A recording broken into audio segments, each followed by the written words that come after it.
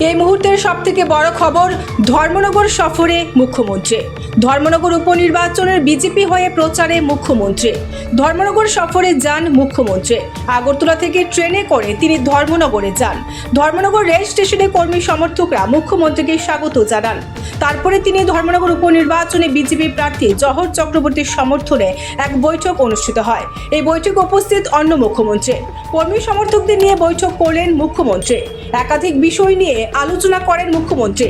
তারপর তিনি সংবাদ মাধ্যমের মুখোমুখি হয়ে প্রতিক্রিয়া দিলেন মুখ্যমন্ত্রী। শুনুন। আপনাদের আবারও জানিয়ে রাখছি, এই মুহূর্তের সবথেকে বড় খবর, ধর্মনগর সফরে মুখ্যমন্ত্রী।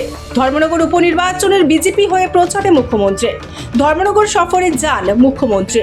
আগরতলা থেকে ট্রেনে করে তিনি ধর্মনগরে যান। ধর্মনগর রেল স্টেশনের কর্মী সমর্থকরা মুখ্যমন্ত্রীকে স্বাগত জানান। তারপরে তিনি ধর্মনগর উপনির্বাচনে বিজেপি প্রার্থী জহর চক্রবর্তীর সমর্থনে এক বৈঠক অনুষ্ঠিত হয়। এই বৈঠকে উপস্থিত অন্য মুখ্যমন্ত্রী। কর্মী সমর্থকদের নিয়ে বৈঠক করলেন মুখ্যমন্ত্রী। একাধিক বিষয় নিয়ে আলোচনা করেন মুখ্যমন্ত্রী। তারপর তিনি সংবাদ মাধ্যমের মুখোমুখি হয়ে প্রতিক্রিয়া দিলেন। শুনুন মুখ্যমন্ত্রী কি বললেন।